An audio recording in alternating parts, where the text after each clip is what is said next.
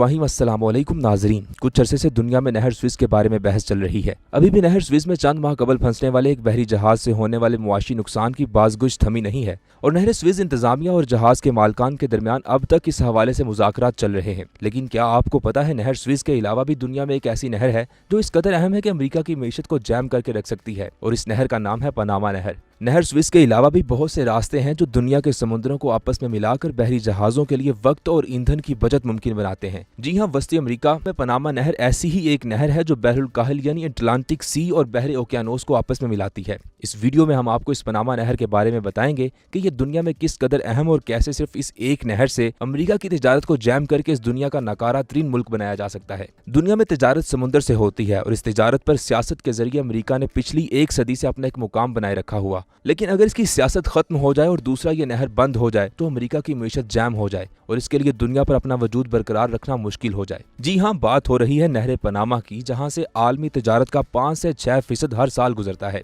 ये नहर इतनी अहमियत की हामिल तिजारती रास्ते पर वाक़या है कि तिजारती बहरी जहाज़ों को बनाते वक्त इस बात का खास ख्याल रखा जाता है कि जहाज का साइज उतना ही हो कि वो नहर पनामा से गुजर सके। इस पर दुनिया भर के नामवर इंजीनियर्स ने काम किया और ये दुनिया का एक अजूबा कहलाती है। यहाँ आपके जहन में अगर सवाल आता है कि अगर नहर पनामा ना होती तो क्या होता, तो नाज़रीन हम आपको इस हवाले से बताते चलें कि इस नहर की तामीर से कबल बहरी जहाज़ों को अमेरिका के मगरबी या मशरकी किनारे से दूसरी जानिब जाने के लिए बर आज़म जनूबी अमेरिका के आखिरी कोने केप हॉर्न से होकर गुजरना पड़ता था। मगर अब नहर पनामा की वजह से यह सफर 8000 नटिकल मील या 15000 किलोमीटर कम हो गया है। इसी तरह शुमाली अमेरिका के एक किनारे से जनूबी अमेरिका की किसी बंदरगाह तक जाने में भी 6500 किलोमीटर, जबकि यूरोप और मशरकी एशिया या ऑस्ट्रेलिया के दरमियान चलने वाले बहरी जहाज भी 3700 किलोमीटर तक की बचत कर सकते हैं। इस पूरे सफर में 2 से 3 हफ्ते तक का वक्त दरकार होता था।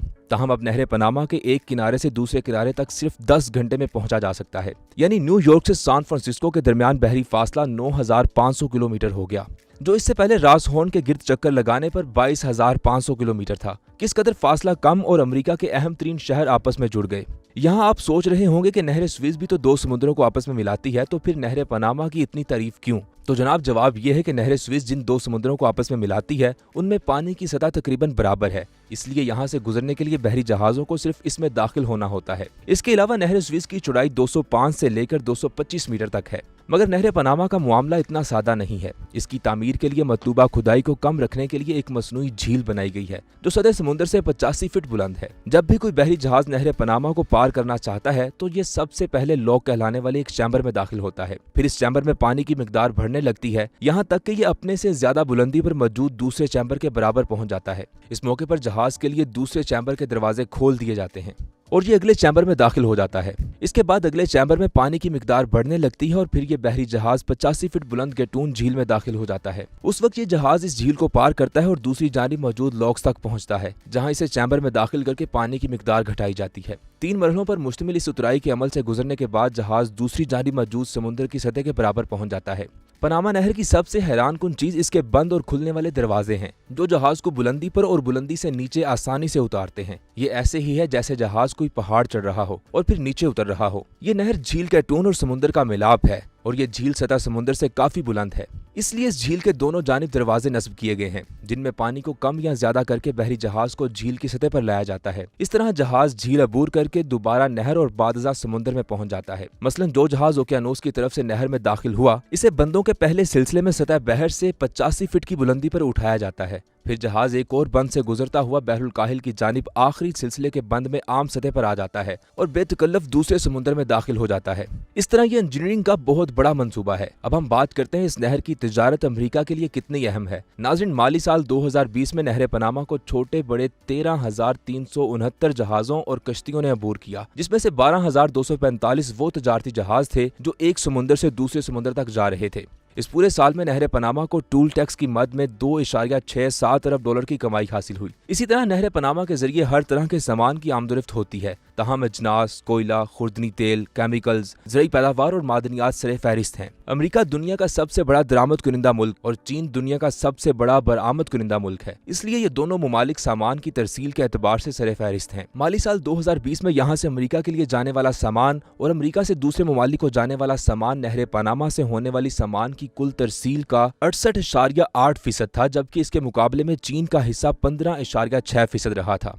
याद रखें, नहर पनामा की बका का इन्हसार انحصار تازہ پانی کی مسلسل فراہمی پر ہے، مگر حال کے چند برسوں میں بارشوں میں ہونے والی کمی کے باعث اس نہر کا آپریشن متاثر بھی ہوا ہے۔ جب بھی کوئی جہاز یہاں سے گزرتا ہے تو لاکھوں گیلن میٹھا پانی سمندر میں گر جاتا ہے، جس کی وجہ سے گٹون جھیل میں پانی کی سطح کا برقرار رہنا مشکل ہوتا جا رہا ہے۔ تاہم اب حکام اس مسئلے کے حل تلاش کرنے پر کام کر رہے ہیں، جس میں یہاں سے گزرنے والے جہازوں کی تعداد کو کم کرنا بھی شامل ہے، مگر اس کا تجارتی نقصان یہ ہے کہ پھر کاروبار نہر سوئز کی جانب منتقل ہو جاتا ہے اور امریکہ کی معیشت کو زبردست نقصان ہو رہا ہے۔ ہاں یہ ضرور ہے کہ اس کے باوجود نہر پاناما کا جغرافیائی محل وقوع ایسا ہے کہ ہر سال ہزاروں بحری جہازوں کے لیے سب سے کارآمد بحری تجارتی راستہ یہی رہے گا۔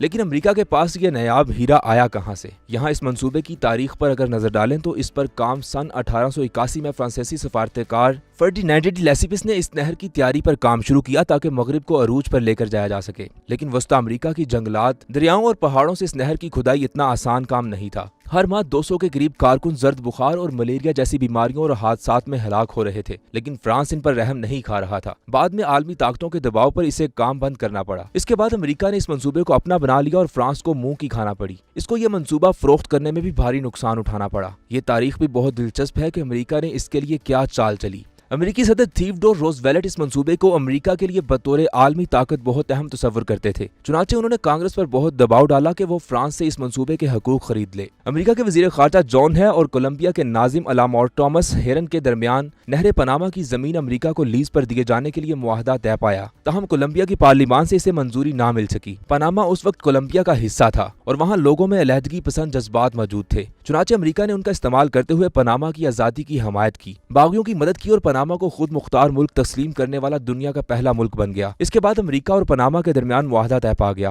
اور امریکہ نے اس پر کام شروع کر دیا۔ امریکہ نے اسے سن 1999 میں پاناما کے حوالے کیا اور اب یہ نہر واپس پاناما کے زیر انتظام ہے۔ چنانچہ نہر پاناما صرف انجینئرنگ کا شاہکار نہیں بلکہ سیاسی پالیسیوں کا شاہکار بھی کہی جا سکتی ہے۔ اس کے لاکس کی تیاری میں 4 سال کا عرصہ لگا اور انسانی تاریخ میں تب تک اس سے زیادہ کنکریٹ کسی بھی منصوبے میں استعمال نہیں ہوا تھا۔ 7 جنوری 1914 وہ دن تھا جب پہلی مرتبہ کسی بحری جہاز نے نہر پاناما کو عبور کیا۔ ویسے تو منصوبہ یہ تھا کہ 15 اگست 1914 کو نہر پاناما کے باضابطہ افتتاح کے موقع پر ایک بہت بڑا جشن منایا گیا، مگر پہلی عالمی جنگ کے آغاز کی وجہ سے یہ جشن منعقد نہ ہو سکا اور ایک چھوٹے سے بحری جہاز اینکون کو گزار کر اس کا افتتاح کیا گیا۔ دستیاب اعداد و شمار کے مطابق نہر پاناما کی تعمیر میں 25,000 سے زیادہ لوگوں کی جانیں گئیں، جن میں سے 22,000 کے قریب افراد فرانسیسی دورے تعمیر میں ہلاک ہوئے، یعنی فرانس نے ذرا برابر مزدوروں پر رحم نہ کھایا اور بدلے میں معاہدے ختم ہونے پر منہ کی کھانا پڑی۔ ناظرین، ویڈیو کو ایک لائک دینا مت بھولیں اور آپ دنیا کی اس ایک اہم ترین نہر جو 2 سمندروں کو ملا کر امریکہ کی معیشت کو زبردست سہارا دیے ہوئے ہے، اس کے بارے میں جو بھی رائے رکھتے ہیں ہمیں کمنٹ سیکشن میں ضرور آگاہ کریں۔ چینل کو سبسکرائب کرنا ہرگز مت بھولیں اور بیل آئیکن پر بھی کلک کریں تاکہ آپ کو ہماری آنے والی ہر امیزنگ ویڈیو بر وقت مل سکے۔